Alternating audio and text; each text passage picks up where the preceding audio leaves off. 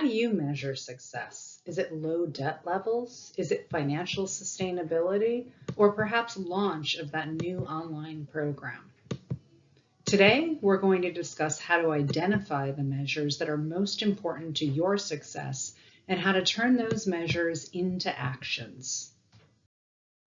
My name is Rebecca Mazzone, and what I've learned from my 20 plus years working in finance and accounting in the higher education sector is that financial sustainability cannot be attained from managing the money. Money is a lagging indicator. Sustainability comes from managing your business strategy, being deeply engaged in your customer experience, and supporting your employees so they can focus on your customers, your students. But how do you decide how to measure your success? Today, we're going to dive into that. In today's workshop, we're going to have a chance to discuss scorecards and understand why they're important for translating strategy into action. We're going to think about how scorecards are used as a form of measure and understand some of the differences associated with the language that we use: scorecards, dashboards, benchmarks, KPI, and we're going to talk a little bit about a process for getting started. I've built some natural transitions into today's content to allow you to press pause and make notes along the way. My hope is that you're able to leave today's session with some information that you can take back to your institution and start to use immediately. So let's get started. When we think about strategic measures, how do you choose what's most important to your institution? Because we all know that you get what you measure. But of course, if you measure the wrong thing, you're going to get the wrong thing. So the first step in deciding what to measure is to understand your business. What is it that your institution wants to achieve? What is your strategy for achieving your mission? These are generally defined in terms of goals and objectives. These goals and objectives sit on a foundation of ongoing business activities. All of these activities are supported by a foundation of financial health and sustainability. Your balanced scorecard sits between those day-to-day activities and measures what are the things that are occurring that ultimately help you to achieve your strategic goals and objectives or deter you from doing so. So how is it that you decide what to measure?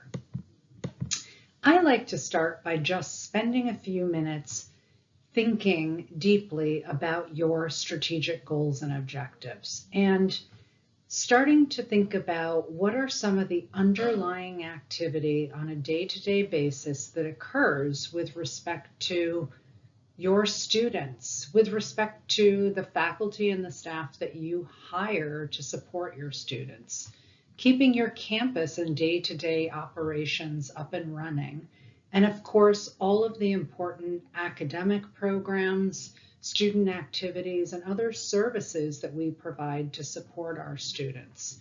So if you spend a few minutes and just write down the first items that come to mind when you think about what would you measure that would tell you whether or not you are achieving your institution's strategic goals and objectives, this is a good time just to hit pause if you want to take a moment to write those down. So let's walk through an example of how this plays out. So let's say that I want to be the #1 ranked business school. How is it that I measure my success? I don't just decide that that's what I want to do and then it happens overnight. I have to think about what are all of the individual activities that have to occur at each level of my institution in order for me to achieve that objective. So I start by examining that objective a little bit more deeply. So if I want to be #1 ranked, what might some of the factors be that go into that? Well, Certainly my employers of my students might have some feedback associated with that. So do I make do employer surveys, and can I capture those scores? How is it that I measure my academic rigor? And of course, who are my competitors? Who else is in that top ranked business school category? And how is it that I can understand what they're doing or not doing, and whether or not my ranking is improving over time? But those are still pretty lofty measures for staff accountants or even faculty to really understand exactly what their impact is. So we would dig into each one of those and think about things like, generally, if we assume that internships are a good indication for how employers are going to feel about our students and their ability to really walk into a new job out of college and perform successfully. So I might decide to measure percent of students with internships or student satisfaction scores. And these are certainly things that my middle managers, my directors, would be very interested in monitoring and would understand how to participate in those. Now, things like the percent of students graduating or percent of students that I retain from year 1 to year 2 are important measures. They are early indicators that help me to understand my likely student satisfaction. But by themselves, those measures are not going to tell me whether or not I'm moving toward becoming a #1 ranked business school. So I think it's important for us to really think about that and the role that those type of measures play.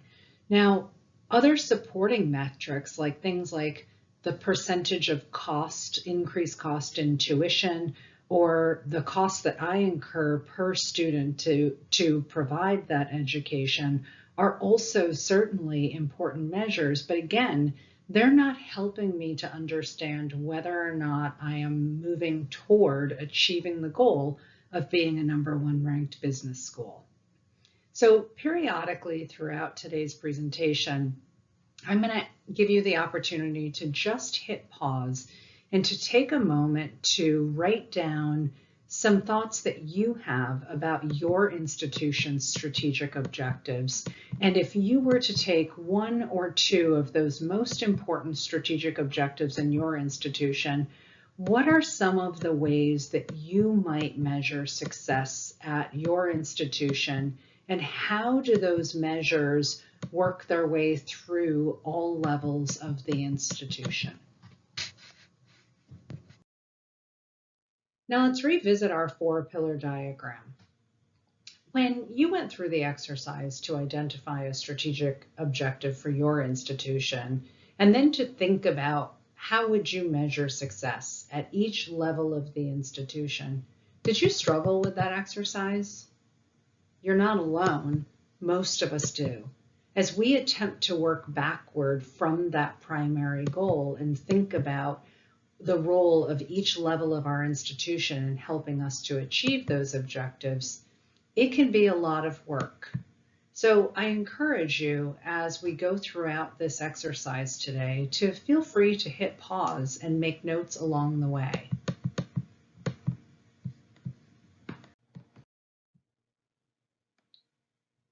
Now, one of the things that I think is super important to focus on is our customers. So if you notice in the pillar, I intentionally use the term customer and not students. And I do this because I think our customers are more broad than simply our students. They're the parents who pay the tuition and influence the decisions. They're the alumni who hopefully become customers as donors and employers of our students. Each of these customer groups are critical to our success. Yet, I believe they're the most overlooked measures. And here's why. The entire success or failure of our institutions lie within the power of your customers. If they're unhappy, if a competitor offers a better product, if your reputation is negatively impacted, your customers may leave. This drives whether or not you'll have enough cash coming in the door to grow, stay open, or whether any risks that come along. Yet we often fail to measure customer satisfaction. So how might we look at customer satisfaction? Well, I like to say it all starts with developing a persona, understanding who are your customers and what is it that's important to them. So in essence, we're painting a picture where they live, their economic status. Are they adult learners? Are they pursuing graduate degrees? By understanding who our customers are, it helps us to answer the most important question. Are we giving our customers what they want? Now, take a moment to list a few primary personas for your institution, or perhaps try to answer the question about whether or not you're giving your customers what they want. And you may find this to be a good time to hit pause and do some additional work. Now that you've had a chance to examine personas, ask yourself if your strategy is aligned to each one of these personas. Is your strategy focused on you or your customer? Can you connect the strategy to value to each of those customers? Are the strategic objectives helping you give them what they want?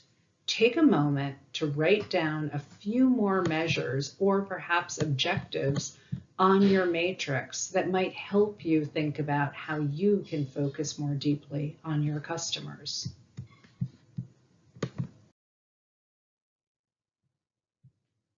So how is it that you decide what to measure? We've talked about the first three quite a bit. So I want to say a few words about items 4 through 6. We should focus on relative measures. How much does it cost to educate or to provide housing per student? What is our debt per student? What's our fundraising cost per dollar raised? This helps us to understand things like, is our cost to educate our students getting higher or lower as we grow? Is our debt growing faster than our number of students? By breaking numbers down into per student measures or percentage, it helps us to understand this number in context of our institution and help us to understand what's really occurring over time. Now, benchmarking is also important. So benchmarking is when we compare ourselves to peers, but remember when I said earlier, be careful what you measure, because if you measure the wrong thing, you'll get the wrong thing. So in our example of being the #1 business school, do we want to be exactly like the institution that currently holds that ranking? Or are there things that we would like to achieve that are maybe slightly different? Because ultimately our goal is to be better than that institution, not the same. So if we think about the place that we're at right now, where we're all struggling to pivot toward a future learning model, and then comparing yourself to another institution is not really going to help you to achieve something different. So it's important that we understand that if we offer the same thing, we're never going to surpass our competitors.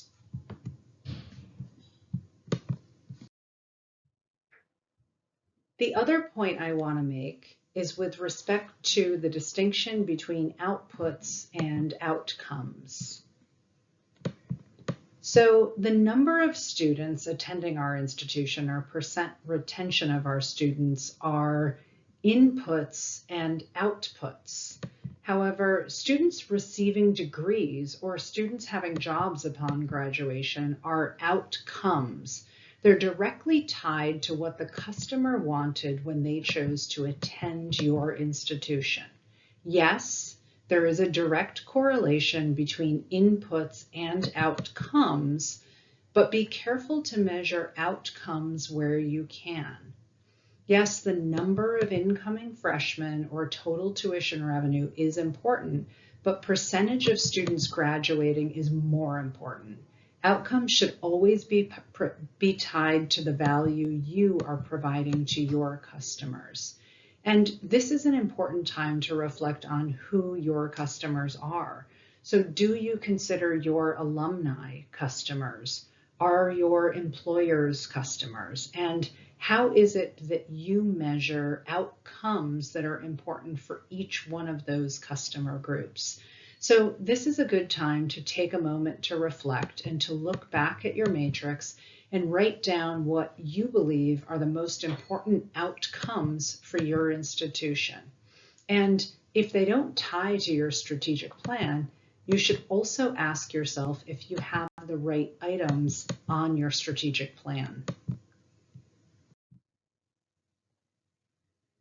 So now take a moment to reflect on the mission of your institution. So what does mission achievement look like for your institution if you had to sum it up in 1 to 2 sentences? Is it to discover, preserve, and disseminate knowledge? Or to educate the next generation of global citizens? Or promote a culture of broad inquiry? Or perhaps empower students through immersive hands-on learning to realize their full potential in a career? So based on your mission statement, what are 2 to 3 measures of success or outcomes?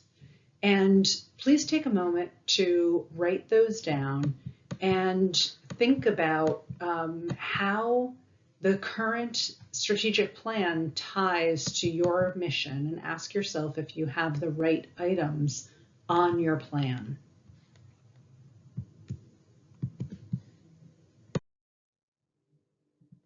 All right, I get asked all the time, what is the difference between a scorecard and a dashboard?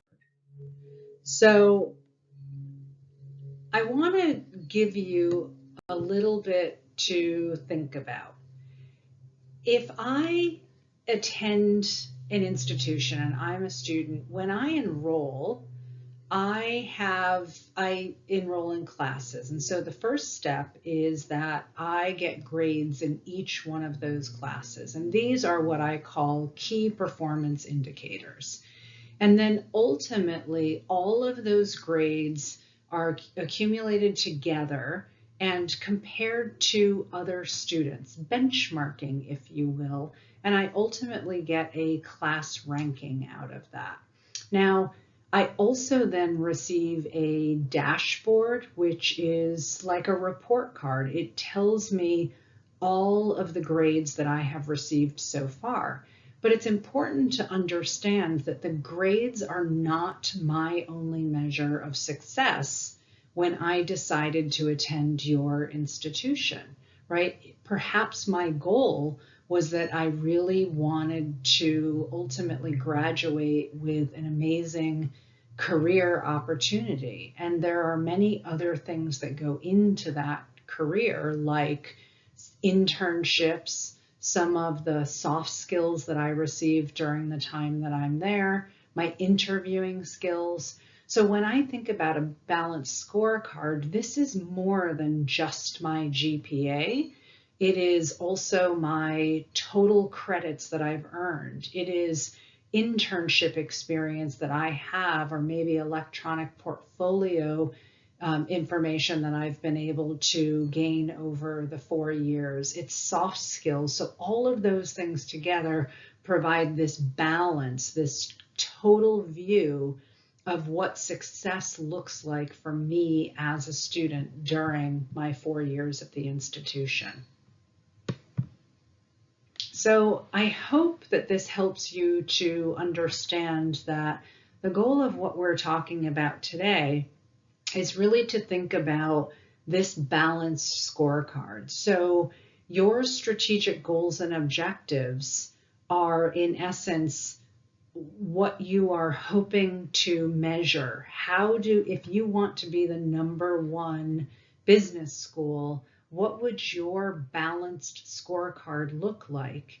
And how is it then that you work backward into measuring not only the GPA that you would need to have as an institution, or how that score compares to other institutions that you're benchmarking against, but it also is what type of a grade would you need to receive in each one of the underlying activities in order to achieve that status.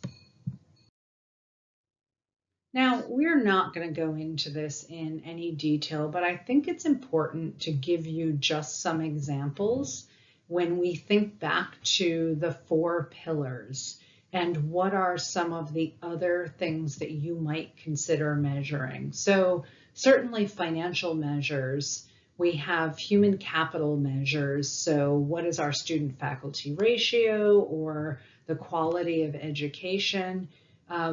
What is our enrollment capacity and our customer satisfaction rankings? And what are some data points about our competitors? And then, of course, for the accountants in the room, I have some additional measures related to facilities and legal and compliance or public and perception. And again, these are just additional considerations for you.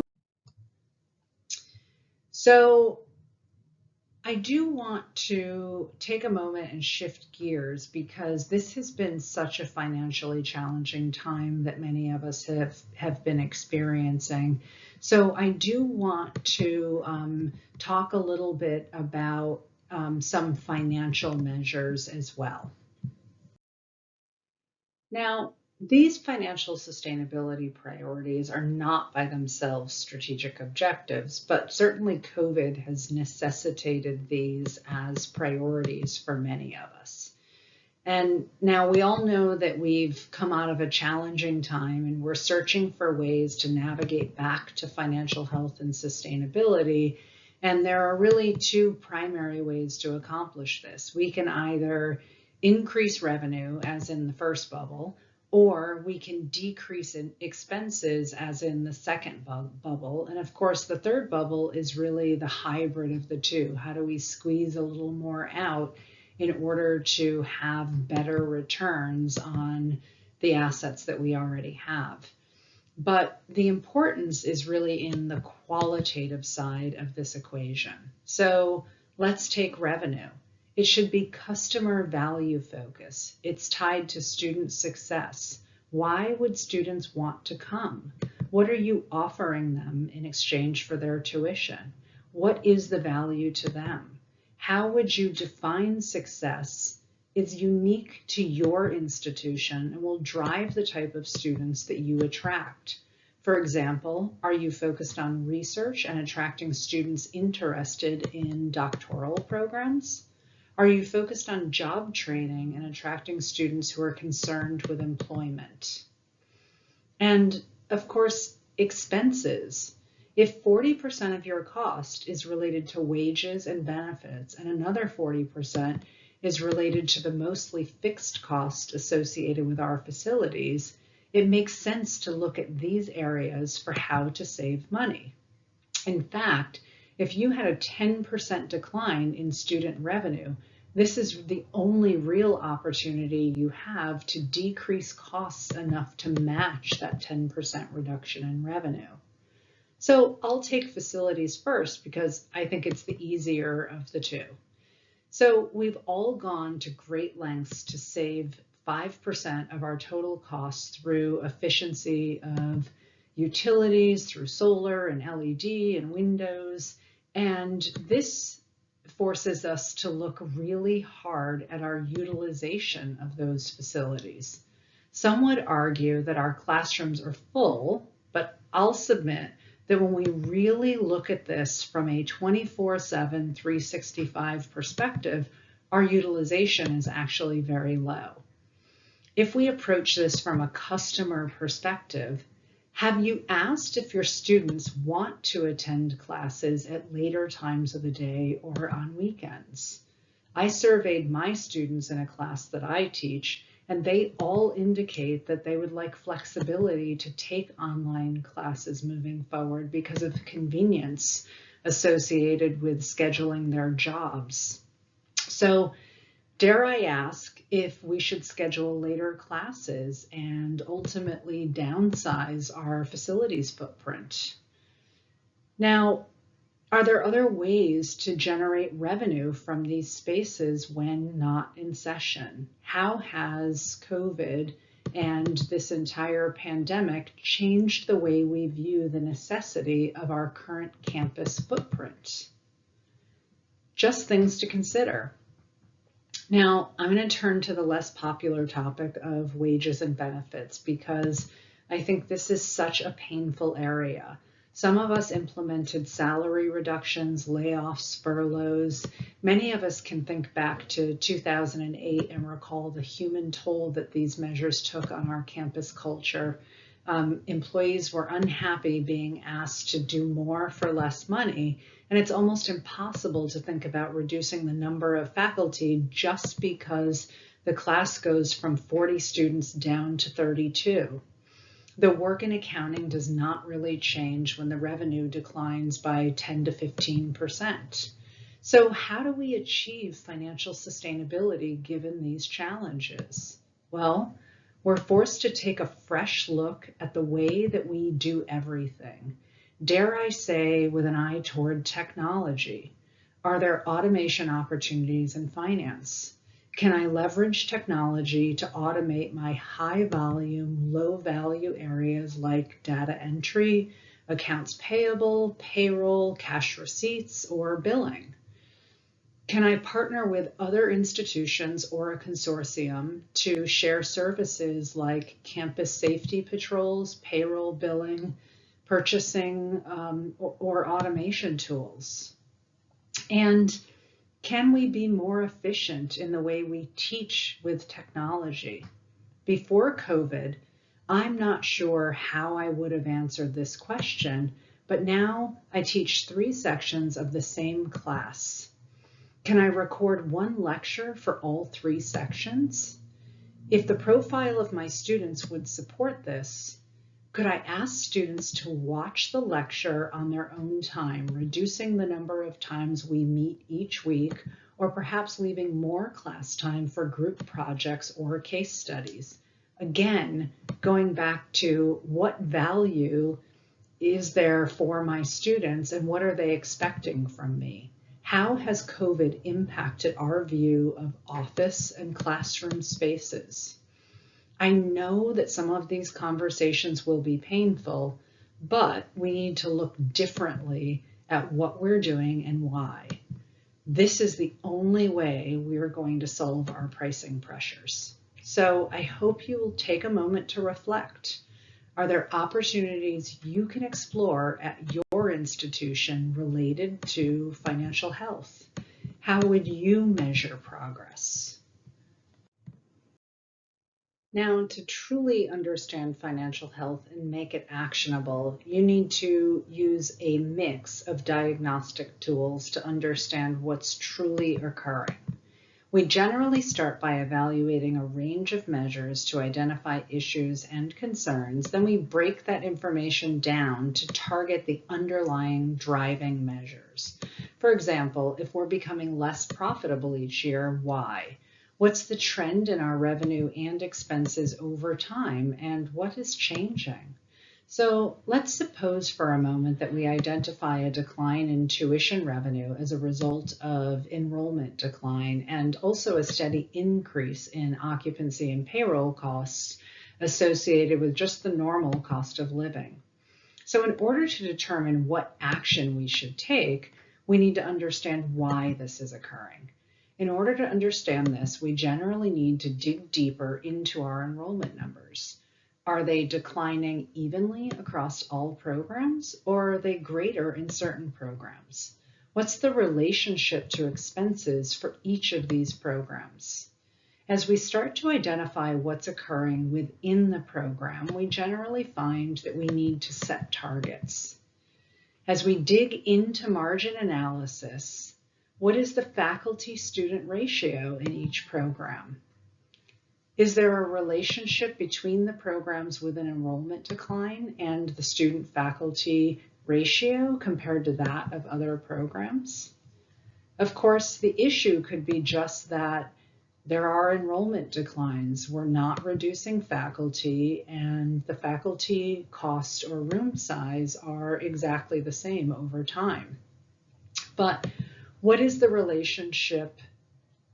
However, what if the relationship is the opposite? So perhaps our student-faculty ratio is low for this program. Could enrollment be declining as a result of the student experience because there's not enough attention given to students? Conversely, let's assume that the decline is not tied to the student-faculty ratio, and in fact, surveys show positive experience ratings. Is there something occurring in the enrollment pipeline? As we dig into this hypothesis, we discover that we completely changed our marketing and implemented a new strategy and outsourced some of that activity. As we dig deeper, we find that we need to focus our attention on the applicant pipeline, not the classroom experience. The most important thing to notice is that we need to get down to the customer experience level to identify the issue, and once identified, all measures should be focused on fixing the underlying cause. If we're not careful to dig into the root cause, we may make poor decisions that could adversely impact our initiatives.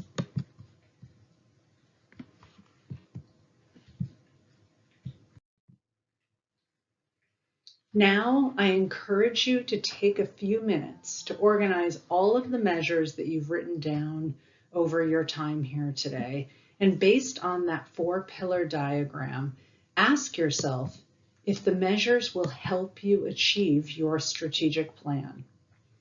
If other folks in your team have been working along with you, this is a good time to discuss these measures as a group. As you have no doubt discovered, there is no shortage of ideas for things that we could measure. But success comes from narrowing those measures and sharing the right measures with the right audience. As we saw in our first example, if I want to be the #1 ranked business school, that is quite a lofty goal to set for your enrollment team or facilities manager, but they each play a role that's important. So breaking down those goals into meaningful and actionable measures targeted to the right audience is important. For example, does your enrollment team play a critical role in the type of students they market to or recruit? Is the right technology and classroom setup becoming more important to business students who will work remotely more than ever before?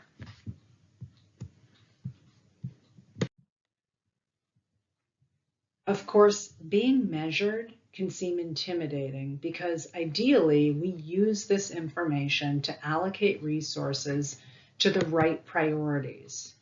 But it can also be important to finally have clarity on what you expect me to achieve and be able to advocate for the resources to support those activities. So I urge you to think about who is going to be using these scorecards and what concerns might this create throughout your institution?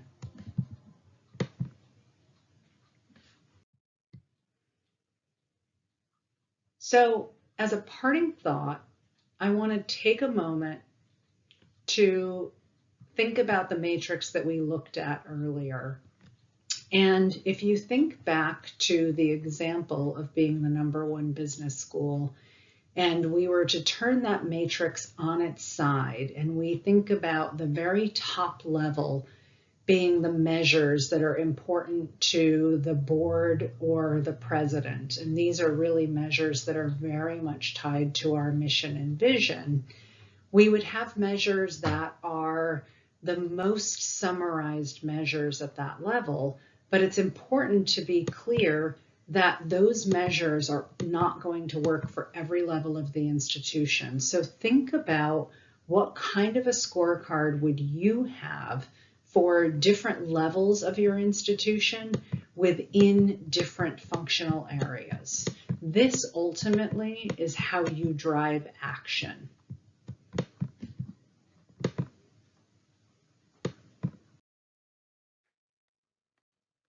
And as you go through this exercise, be careful to limit your measures to about 10. So those that have the greatest value to customers and the greatest strategic impact for your institution are the measures that you should choose to success on. So this is a great diagram to use for all of the measures that you captured today. And if you place them on this matrix, sort of like a scatter diagram, you'll see pretty quickly where your priorities should be. And that will help you to really think about focusing only on those that have the highest value to your customers and the highest value to the institution. So, a final thought about action. Don't have too many measures related to what you already do well. There's no call to action there. Conversely, if you're color coding your measures against your goals, as we saw earlier, they can't all be red. If you're trying to achieve too much at the same time, you will fail. You need to be able to celebrate the successes and set milestones as goals and continue adding other milestones or increasing the goals as you achieve individual milestones. Not all of us want or can afford to be the #1 ranked business school. So again, if you're working through this with colleagues, I encourage you to take a couple of moments to write down some additional thoughts. And I hope that you found today's exercise valuable. If you're interested in a customized workshop for your institution or would like additional information on this or other topics, please feel free to reach out to me. I've also included links if you're interested in a deeper dive into some podcasts that I recorded with my friend Howard at Tybalink. So thank you and have a great day, and I wish you much success.